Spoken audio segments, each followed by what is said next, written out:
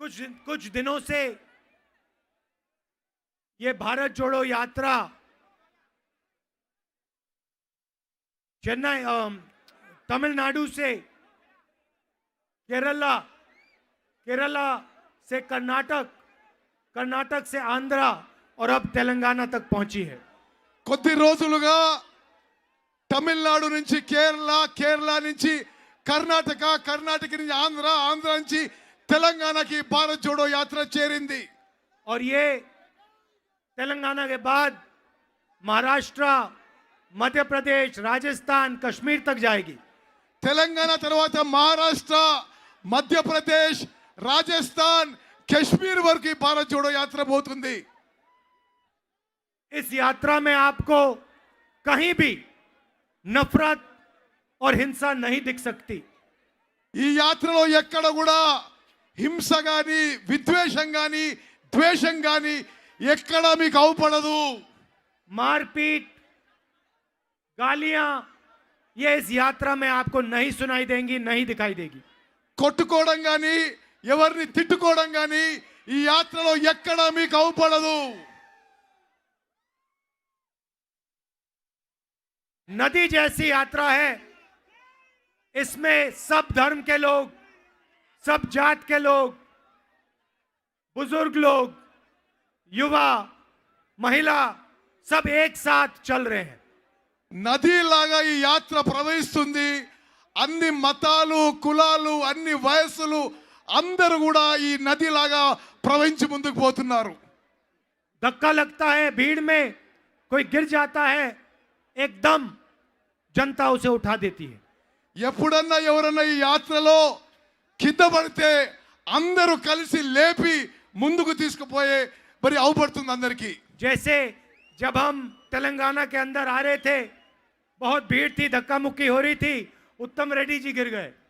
తెలంగాణ రాష్ట్రం ఎంటర్ అయినప్పుడు పెద్ద ఎత్తున తొక్కిసలాటైతే ఉత్తమ్ కుమార్ రెడ్డి కూడా అక్కడ పడిపోయిండు। और एकदम भीड़ ने उत्तम रेड्डी को मैंने देखा, एकदम उठा दिया। ఒక్కసారి అందరు కలిసి ఉత్తమ్ కుమార్ రెడ్డి లేపి ముందుకు తీసుకుపోయిండ్రు। तो भाई और बहनों, ये जो यात्रा है, ये सच्चा हिंदुस्तान है। ఈ యాత్ర నిజమైన భారతదేశం, హిందుస్థాన్ దేశం, जहां सब लोग एक दूसरे की मदद करते हैं। అందరూ కూడా ఒకరికొకరు సహాయ సహకారాలు అందిస్తుంటారు। हम 7-8 घंटे चलते हैं और जो भी आता है उसकी बात सुनते हैं। 7-8 గంటలు రోజుకి నడుస్తున్నాం, ఎవరొచ్చినా వారి మాట వింటున్నాం। किसान, मजदूर, युवा, माताएं, बहनें, जो भी हमारे पास आता है हम उनकी बात सुनते हैं। రైతులు, కూలీలు, మహిళలు, పెద్దలు, చిన్నలు ఎవరు మా దగ్గరకు వచ్చినా వాళ్ళ మాట వింటున్నాం। शिकायत करते हैं तो भी सुनते हैं। వాళ్ళు కంప్లైంట్ చేసినా, షికాయత్ చేసినా వారి మాట కూడా వింటున్నాం। और 7-8 घंटे सुनने के बाद हम 15 मिनट भाषण करते हैं। 7-8 గంటలు విన్న తర్వాత 15 నిమిషాలు మాత్రమే మేము మాట్లాడుతున్నాం। यही है हिंदुस्तान। ఇదే హిందుస్థాను, ఇదే భారతదేశంగా మేము భావిస్తున్నాం। जो राजनेता होता है उसको जनता की आवाज सुननी चाहिए। రాజకీయ నాయకుడు అంటే జనం యొక్క మాట వినాలి। आज बीजेपी के लोग, आरएसएस के लोग, टीआरएस के लोग जनता की आवाज को दबा रहे हैं। ఈ రోజు బీజేపీ వాళ్ళు గాని, ఆర్ఎస్ఎస్ వాళ్ళు గాని, టిఆర్ఎస్ వాళ్ళు గాని ప్రజల గొంతును నొక్కేస్తున్నారు। बीजेपी और आरएसएस भाई को भाई से लड़ा रहे हैं। బీజేపీ, ఆర్ఎస్ఎస్ వాళ్ళు అన్నదమ్ముల మధ్యలో పంచాయతీ పెట్టారు। लोगों को डरा रहे हैं, ప్రజల్ని భయపెడుతున్నారు, हिंसा फैला रहे हैं। మరి కొట్లాటలు పెంచుతున్నారు। ये सच्चा हिंदुस्तान नहीं है भाई और बहनों। ఈ నిజమైన భారతదేశం కాదు। इसीलिए हिंसा के खिलाफ, नफरत के खिलाफ हमने ये भारत जोड़ो यात्रा शुरू की है। 3500 किलोमीटर चलेगी। అందుకోసమే భారత్ జోడో యాత్ర ద్వారా 3500 కిలోమీటర్లు నడుస్తూ ఈ హింస, ఈ విద్వేషం, ఇవన్నీ కూడా దూరం పెట్టే ప్రయత్నం और చేస్తున్నాం. इस यात्रा को कोई शक्ति नहीं रोक सकती. ఈ యాత్రను ఏ శక్తి కూడా ఆపలేదు. ये कश्मीर पहुंचेगी. ఇది కశ్మీర్ మేము చేరుతాము. चाहे आंधी आए, तूफान आए, बारिश हो, धूप हो, यात्रा पहुंचेगी, श्रीनगर पहुंचेगी. ఎండైనా వానైనా తుఫాన్ అయినా ఈ యాత్ర కశ్మీర్ లో శ్రీనగర్ చేరుతాము. क्यों? क्योंकि ये यात्रा हिंदुस्तान की आवाज है. ఎందుకంటే ఇది భారతదేశం యొక్క గొంతు, భారత ప్రజల యొక్క గొంతు కాబట్టి. और हिंदुस्तान की आवाज को कोई नहीं दबा सकता. कोई शक्ति नहीं है दुनिया में जो हिंदुस्तान की आवाज को दबा सकती है. భారతదేశ ప్రజల గొంతు నొక్కే శక్తి ఈ ప్రపంచంలో ఎవరికీ లేదు. रास्ते में तेलंगाना की जनता से बातचीत हो रही है. దారిలో తెలంగాణ ప్రజలతో రోజు మాట్లాడుతున్నారు. किसानों से बात करने का मौका मिल रहा है. రైతులతో మాట్లాడే అవకాశం దొరుకుతున్నది. युवा हमारे साथ चल रहे हैं, वो अपनी समस्या के बारे में बोल रहे हैं. చాలా మంది యువకులు మా వెంబడి నడుస్తూ వారి సమస్యలు మాకు తెలియజేస్తున్నారు. जो छोटे व्यापारी हैं, हैंडलूम वर्कर्स हैं, उनसे बात हुई, उन्होंने अपनी बात हमें बताई. చిన్న చిన్న వ్యాపారులు, చేనేత కార్మికులు వారి సమస్యలు మాకు తెలియజేశారు. तो उन्होंने जो कहा मैं आपको बता देता हूं. వారు ఏం చెప్పారో నేను మీకు ఆ విషయం మీకు తెలియజేస్తాను. युवाओं से बात होती है, मैं पहला सवाल पूछता हूं, क्या पढ़ रहे हो? యువకులతో మాట్లాడినప్పుడు నేను మొదటి ప్రశ్న అడిగేది మీరు ఏం చదువుకుంటున్నారు అని, और कहां पढ़ रहे हो? ఎక్కడ చదువుకుంటున్నారు అని. कहते हैं कि तेलंगाना में सरकारी स्कूल, सरकारी कॉलेजेस और यूनिवर्सिटीज सारी की सारी प्राइवेटाइज किए जा रही हैं. వారు చెప్పే విషయం తెలంగాణలో ప్రభుత్వ కళాశాలలు కానీ, ప్రభుత్వ కాలేజీలు కానీ, ప్రభుత్వ యూనివర్సిటీలు కానీ ప్రైవేటైజ్ చేయబడుతుందని చెప్పి వారి ఆవేదన వ్యక్తం చేశారు. मैकेनिकल इंजीनियर, सॉफ्टवेयर इंजीनियर से बात करो, पूछो क्या करते हो, इंजीनियरिंग करते हो, नौकरी करते हो? कहते हैं नहीं, हमारे पास रोजगार नहीं है. మెకానికల్ ఇంజనీరు, సాఫ్ట్వేర్ ఇంజనీరు చదువుకున్న వాళ్ళు అడిగితే మాకు ఎటువంటి ఉద్యోగాలు లేవు, అవకాశాలు లేవు అని तो చెప్తున్నారు. क्या करते हो? डिलीवरी का काम करते हैं, ఏం చేస్తారు అంటే మేము డెలివరీ బాయ్ పనులు చేస్తున్నాం అని చెప్తున్నారు. लेबर का काम करते हैं. లేబర్ పనులు చేస్తారు. मगर जिस चीज को हमने पढ़ा उसका हम फायदा नहीं उठा पा रहे तेलंगाना में. ఏ చదువులైతే మేము చదువునమో దాన్ని ఉపయోగించలేకపోతున్నాము, మేము ఉద్యోగాలు చేసని చెప్పి మనం చేస్తున్నారు. रोजगार नहीं मिलता, मगर फीस देनी पड़ती है. ఫీజ్ వీళ్ళకు ఉద్యోగాలు వస్తున్నాయి, అయినా సరే భారీ ఫీజు చెల్లించాల్సి వస్తుంది. और जो रिइंबर्समेंट सरकार ने करना था वो सरकार ने बंद कर दिया है.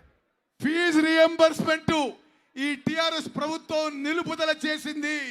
तो लाखों युवा आज तेलंगाना में बेरोजगार है. లక్షల యువకులకి ఉద్యోగాలు లేకుండా ఉన్నారు. हैंडलूम वर्कर से बात करो, छोटे व्यापारियों से बात करो, पहला सवाल जीएसटी का होता है. చేనేత కార్మికులు కానీ, చిన్న వ్యాపారులు కానీ జిఎస్టి గురించి వారి ఆవేదన, కోపం వ్యక్తం చేస్తున్నారు. और दूसरी बात नोटबंदी की होती है. రెండో విషయం నోట్ రద్దుల విషయం, డిమానిటైజేషన్ కూడా ఆవేదన వ్యక్తం చేస్తున్నారు. हैंडीक्राफ्ट की इंडस्ट्री को तेलंगाना में जीएसटी लागू करके खत्म कर दिया है.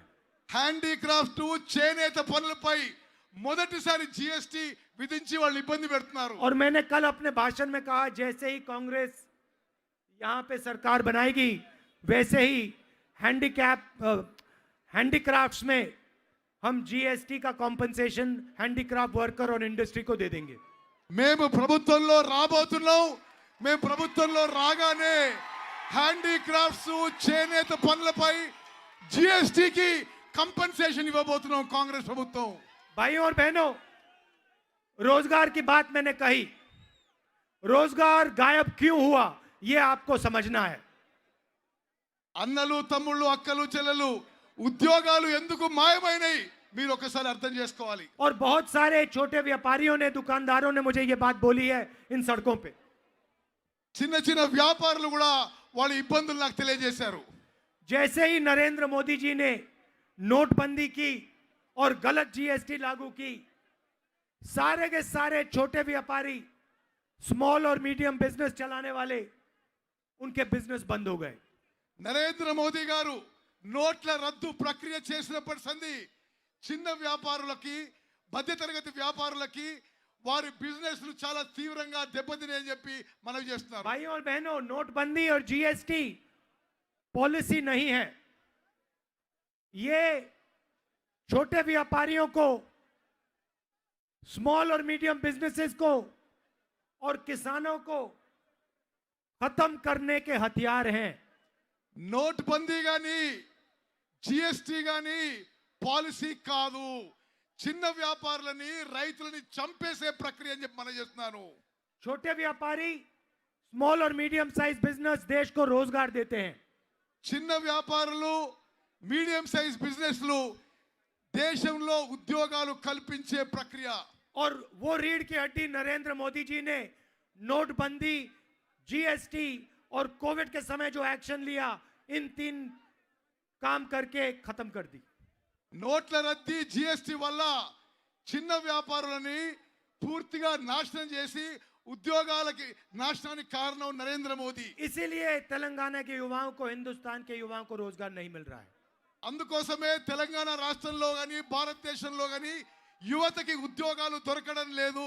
हमारी सरकार यहां आएगी तो जो छोटे व्यापारी हैं, स्मॉल और मीडियम बिजनेस चलाने वाले लोग हैं, किसान हैं, मजदूर हैं, उनकी हम पूरी मदद करेंगे और एक बार फिर उनका जो बिजनेस है वो चालू करवाएंगे। మేము తెలంగాణలో ప్రభుత్వం ఏర్పాటు చేయబోతున్నాం। చిన్న వ్యాపారులకి మధ్యతరగతి వ్యాపారులకి రైతులకి పూర్తిగా సహాయం చేయబోతున్నాం। और मैं आपको बता रहा हूं, ये जो प्राइवेटाइजेशन हो रहा है स्कूल्स का, कॉलेजेस का, यूनिवर्सिटीज का, इसको हम बंद करेंगे और सरकार का पैसा फिर से पब्लिक एजुकेशन में, यूनिवर्सिटीज में, स्कूल्स और कॉलेजेस में डालेंगे। మేము అధికారంలో వచ్చిన తర్వాత ఈ కళాశాలలు, కాలేజు, యూనివర్సిటీల ప్రైవేటీకరణ కార్యక్రమం బంద్ చేసి మేము ప్రభుత్వ సొమ్ముతో ఈ కాలేజీలని, ఈ స్కూళ్ళని, యూనివర్సిటీ అద్భుతంగా నడవబోతున్నాము। एक तरफ बेरोजगारी और दूसरी तरफ महंगाई। ఒక సైడ్ ఏమో నిరుద్యోగ సమస్య, ఒక సైడ్ ఏమో ధరల పెరుగుదల। नरेंद्र मोदी जी कहते थे हर साल 2 करोड़ युवाओं को रोजगार देंगे। నరేంద్ర మోదీ గారు ప్రతి సంవత్సరం 2 కోట్ల ఉద్యోగాలు కల్పిస్తామని చెప్పి మాట ఇచ్చారు। आज रोजगार के बारे में ना नरेंद्र मोदी ना आपके चीफ मिनिस्टर एक शब्द बोलते हैं। ఈ రోజు నరేంద్ర మోదీ గాని, ఇక్కడ ముఖ్యమంత్రి గాని ఉద్యోగాల కల్పన విషయంలో ఒక్క మాట కూడా మాట్లాడతలేరు। आपके चीफ मिनिस्टर तो 24 घंटा उनकी भूमि पोर्टल को देखते रहते हैं। ఇక్కడ మన ముఖ్యమంత్రి 24 గంటలు భూముల విషయంలో ధరణి పోర్టల్ చూస్తూ ఉంటాడు। हर रोज देखते हैं मेरे हाथ, चीफ मिनिस्टर के हाथ, तेलंगाना की कितनी जमीन गई। ప్రతిరోజు ఆ ధరణి పోర్టల్లో ఎంత భూమి వచ్చింది పోయిందనే విషయాలు గమనిస్తుంటాడు। हर रात उनको रिपोर्ट मिलती है कितनी जमीन उन्होंने दलितों से छीनी, कितनी आदिवासियों से छीनी, कितनी गरीबों से छीनी। ప్రతి రాత్రి ఆ పోర్టల్ ద్వారా దళితులు, గిరిజనులు, ఆదివాసుల నుంచి ఎంత భూములు లాక్కున్నాడో అతనికి తెలుస్తున్నది। ये जो भूमि पोर्टल है इनका, इसका क्या नाम है? भूमि पोर्टल का? ధరణి धरनी पोर्टल। धरनी पोर्टल जो इनका है, जो बनाया है, हमारी सरकार आएगी तो इसको टाइट करेंगे। మేము అధికారంలో వచ్చిన తర్వాత ఈ ధరణి పోర్టల్ ని మెరుగ్గా చేస్తాము। कहां किसकी जमीन गई सब पता लगाएंगे। ఎవరి భూమి ఎవరు లాక్కుంటున్నారో తప్పనిసరిగా దాన్ని కనుక్కుంటాము। और जो दलितों, आदिवासियों और गरीब लोगों की जमीन छीनी गई है वो उनको वापस दिलवाई जाएगी। దళితులు, గిరిజనులు, బీదవారి భూములు ఎవరు లాక్కున్నా ఆ భూములు వాళ్ళకి వాపస్ ఇప్పిస్తాము। और सिर्फ जमीन वापस नहीं दी जाएगी, उनको जमीन का हक दिया जाएगा। భూములు వాపస్ ఇచ్చి ఆ భూమిపై హక్కు కూడా కల్పించబోతున్నాము। कि वो अपनी जमीन पर अगर उनको बैंक लोन लेने की जरूरत हो तो तो वो बैंक लोन ले पाए। ఆ భూములపై మీరు బ్యాంకు లోన్లు తీసుకునే కల్పన తీసుకునే సౌకర్యం చేస్తామని చెప్పి మనం आजकल చెప్తాము. उनको साहूकारों से बैंक लोन लेना पड़ता है, ఇప్పుడు- 25-30% इंटरेस्ट देना पड़ता है। ఇప్పుడు బ్యాంకుల నుంచి కాకుండా ప్రైవేట్ వడ్డీదారుల నుంచి 24% వడ్డీ తీసుకోవాల్సిన అవసరం వస్తుంది. एक तरफ बेरोजगारी, दूसरी तरफ महंगाई। नरेंद्र मोदी जी कहते थे 400 रुपए का सिलेंडर हो गया है। ఒక దిక్కు నిరుద్యోగ సమస్య, ఒక దిక్కు ధరల పెరుగుదల. నరేంద్ర మోదీ గారు ఒకనాడు గ్యాస్ సిలిండర్ 400 రూపాయలని చెప్పిన ఆయన अब 1000 रुपए का हो गया है, कुछ तो बोल दीजिए। ఇప్పుడు 1000 రూపాయలు దాటింది. నరేంద్ర మోదీ గారు ఏమైనా మాట్లాడండి. पेट्रोल 70 रुपए का होता था, नरेंद्र मोदी हर भाषण में कहते थे 70 रुपए का हो गया। పెట్రోల్ 60 రూపాయలు ఉన్నప్పుడు ప్రతి స్పీచ్ లో నరేంద్ర మోదీ పెట్రోల్ 60 రూపాయలు అని చెప్పిండు. अब 100 रुपए का हो गया, ఇప్పుడు 100 రూపాయలు 100 रुपए से దాటింది. ज्यादा का हो गया। 100 రూపాయలు దాటింది. डीजल 56 रुपए का होता था, డీజిల్ 55 రూపాయలు ఉండే. 100 रुपए का हो गया। नरेंद्र मोदी कुछ नहीं बोलते। 100 రూపాయలు దాటినా నరేంద్ర మోదీ నోరు మెదపడం లేదు. भाइयों और बहनों, मैं लोकसभा में मेंबर ऑफ पार्लियामेंट हूं నేను లోక్సభలో మెంబర్ ఆఫ్ పార్లమెంట్ అనే విషయం మీకు తెలుసు. और मैं आपको बताना चाहता हूं, जो भी बिल बीजेपी पास करवाना चाहती है, टीआरएस उनका पूरा समर्थन देती है। నేను లోక్సభ సభ్యునిగా మీకు చెప్తున్నాను, పార్లమెంట్ లో బీజేపీ ఏ బిల్లు ప్రవేశపెట్టినా టిఆర్ఎస్ పార్టీ వాళ్ళకు పార్లమెంట్ లో మద్దతు పలుకుతున్నది. जो भी बीजेपी चाहती है, चाहे वो किसानों का बिल हो, कुछ भी हो, बस इशारा देना पड़ता है, टीआरएस काम शुरू कर देती है।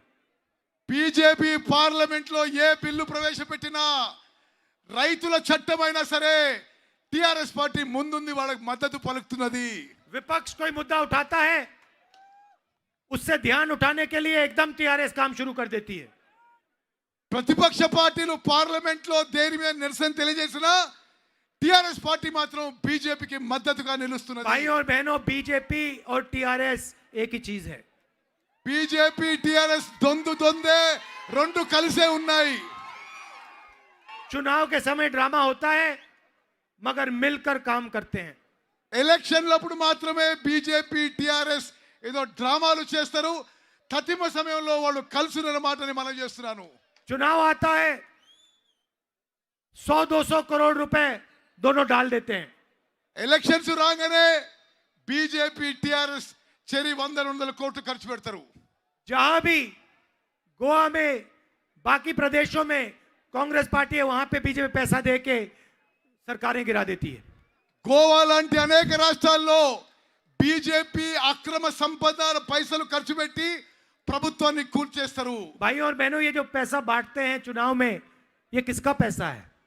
ఎలక్షన్స్ లో పంచిపెట్టే డబ్బులు ఎవరివి? ये आसमान से तो नहीं गिर रहा है। ఇది ఆకాశం నుంచి అయితే వస్తలేవు.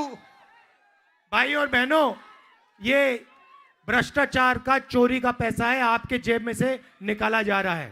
అక్రమంగా దొంగలించిన సొమ్ము, మీ జేబుల నుంచి దొంగలించిన పైసలు ఇవి. ये काम टीआरएस और बीजेपी मिलके करते हैं। ఇటువంటి దొంగతనము, అక్రమంగా లంచాలు తీసుకునేది బీజేపీ టిఆర్ఎస్ కలిసి చేస్తున్నాయి. और राजनीति चुने हुए लोगों के लिए करते हैं, चुने हुए 2-3 इनके मित्रों के लिए करते हैं। రాజకీయాలు మొత్తం కూడా వాళ్ళ 2-3 మిత్రుల కోసమే చేస్తున్నారు. हिंदुस्तान के लेवल पे नरेंद्र मोदी के 3-4 मित्र हैं। భారతదేశ స్థాయిలో నరేంద్ర మోదీకి 3-4 దోస్తులు ఉన్నారు. हिंदुस्तान के सारे बिजनेस नरेंद्र मोदी जी ने उनको पकड़ा दिए हैं। భారతదేశంలో మొత్తం వ్యాపారం అంతా కూడా ఆయన 3-4 మిత్రులకి అప్పచెప్పిండు. एयरपोर्ट हो, पोर्ट्स हो, हाईवे हो, खेती हो, एग्रीकल्चर हो, फर्टिलाइजर हो, जो भी ये करना चाहते हैं, खुली छूट है। ఎయిర్పోర్ట్ కానీ, పోర్ట్ కానీ, హైవే కానీ, అగ్రికల్చర్ కానీ, ఫర్టిలైజర్స్ కానీ, ఎరువులు కానీ, నరేంద్ర మోదీ గారి ఈ వ్యాపారాలన్నీ కూడా తన 3-4 మిత్రులకి అప్పచెప్తున్నాడు. और यहां पे जो आपका शिक्षा का पैसा है, स्वास्थ्य का पैसा है, जो आपको मिलना चाहिए वो इरिगेशन प्रोजेक्ट्स के थ्रू आपके चीफ मिनिस्टर अपने जेब में डालते रहते हैं 24 घंटा। విద్య వైద్య మీద ఖర్చు పెట్టాల్సిన సొమ్ముని ముఖ్యమంత్రి ఇరిగేషన్ మీద ఎందుకు ఖర్చు పెడుతున్నారంటే వాళ్ళ కమిషన్ల కోసం లంచాల కోసం। एक तरफ धरनी पोर्टल, दूसरी तरफ इरिगेशन प्रोजेक्ट। ఒక సైడ్ ధర్నీ పోర్టల్, ఒక సైడ్ ఇరిగేషన్ ప్రాజెక్టులు। सुबह वो इरिगेशन प्रोजेक्ट्स देखते हैं, शाम को धरनी पोर्टल। పొద్దున పూట ఇరిగేషన్ ప్రాజెక్టులో కమిషన్లు, రాత్రి పూట ధరణి పోర్టల్। तो इसीलिए हमने ये यात्रा शुरू की है। इसलिए దీనికోసమే మేము ఈ యాత్ర మొదలు పెట్టినాము। बेरोजगारी के खिलाफ, महंगाई के खिलाफ और भारत को जोड़ने के लिए। నిరుద్యోగ సమస్యకి వ్యతిరేకంగా, పెరుగుతున్న ధరలకు వ్యతిరేకంగా భారతదేశాన్ని కలపడానికి, సమాజాన్ని కలపడానికి ఈ యాత్ర మొదలు పెట్టినాము। और देखिए अभी 7 बज गए, हम 6 बजे आज शुरू किए हैं। ఇప్పుడు 7 గంటలు అవుతుంది, ఉదయం 6 గంటలకి ఈ పాదయాత్ర మొదలు పెట్టినాము। 25 किलोमीटर चले हैं, 25 కిలోమీటర్లు నడిచినాము। नहीं शायद 26 चले हैं। 26 కిలోమీటర్లు నడిచినాము। मगर अजीब सी बात है, देखिए उत्तम जी का चेहरा देखिए, ये रेड्डी जी का चेहरा देखिए, रेवंत का, मेरा चेहरा देखिए। ये अजीब सी बात है कि इन चेहरों पे थकान नहीं दिख रही। 26 కిలోమీటర్లు నడిచినా మీరు ఉత్తమ్ కుమార్ రెడ్డి మోహన్ చూసినా, రేవంత్ మోహన్ చూసినా, నా మోహన్ చూసినా ఎక్కడ అలసట అవుపడతలేదు। क्यों? क्योंकि हम अपनी शक्ति से नहीं चल रहे, మేము మా శక్తితో నడవడం లేదు, हम आपकी शक्ति का प्रयोग करके चल रहे हैं। మీ నుంచి వచ్చిన శక్తితో నడుస్తున్నాము। आपके प्यार से, आपकी शक्ति से हम आगे बढ़ रहे हैं। మీ ప్రేమతో, అభిమానంతో, మీ శక్తితో ముందుకు పోతున్నాము। इसके लिए आप सबको दिल से बहुत बहुत धन्यवाद। మనస్ఫూర్తిగా మీ అందరికీ పేరు పేరున నా ధన్యవాదాలు తెలియజేస్తున్నాను। नमस्कार, जय हिंद। నమస్కార్, జై హింద్।